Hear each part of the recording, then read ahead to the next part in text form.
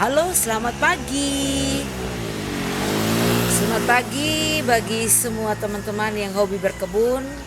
Setidaknya memanfaatkan lahan rumah sebagai tempat penghijauan, ya. Bisa menikmati alam yang hijau, tidak harus pergi ke luar kota, tapi cukup menikmatinya di halaman sekitar rumah.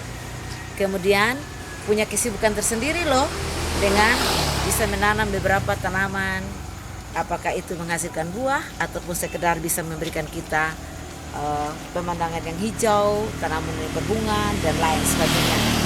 Hari ini saya, ya, Nia Detan akan mencoba memperkenalkan satu jenis tanaman namanya nangka. Nangka bukan lagi tanaman yang langka bagi masyarakat Indonesia, apalagi penduduk Kota Kupang. Ya. Kenapa saya sangat tertarik untuk bisa mempromosikan salah satu tanaman yang bisa menghasilkan buah yang bernama nangka. Proses untuk bisa membuat tanaman ini berbuah dengan baik, tentu kita harus memilih bibit yang unggul. Ya.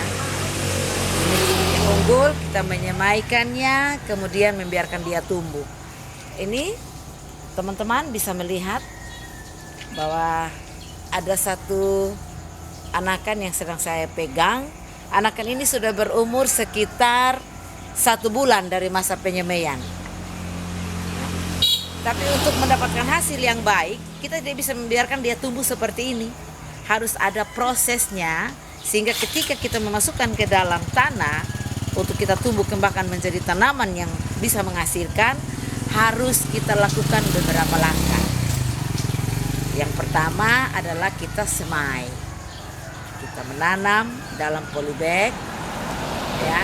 Tapi kalau saya bukan menanam dalam polybag, saya menanam dulu di tanah. Setelah sudah mulai bertunas, saya pindahkan ke dalam polybag seperti ini. Ya.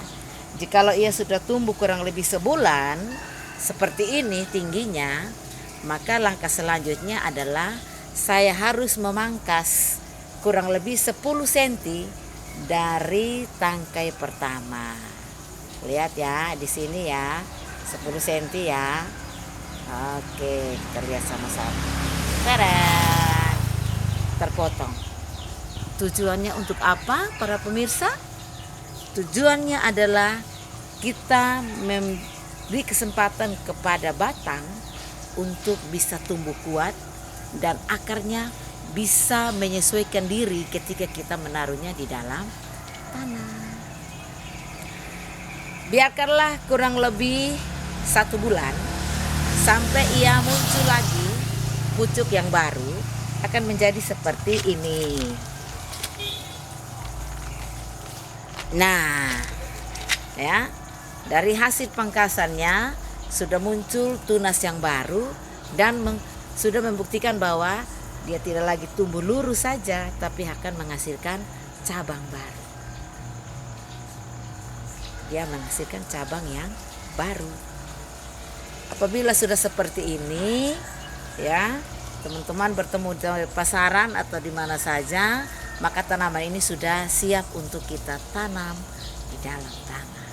Tetapi jikalau kita sudah mengambilnya dari satu tempat, membawa ke rumah kita masing-masing, kita harus mendinginkannya, istilah kasih dingin, ya, di halaman sekitar kita agar terjadi penyesuaian udara dengan lingkungan kita. Baru kita bisa memasukkannya ke dalam media yang sudah kita persiapkan 1 bulan sebelumnya. Ini kalau kita berharap tanaman ini tumbuh loh. Tapi kalau hanya sekedar basa-basi ya monggo.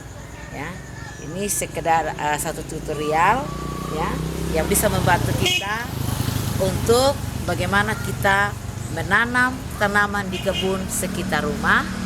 Kita bisa menikmati hasilnya. Setidaknya kita memiliki halaman yang hijau, rindang, dan asri. Terima kasih.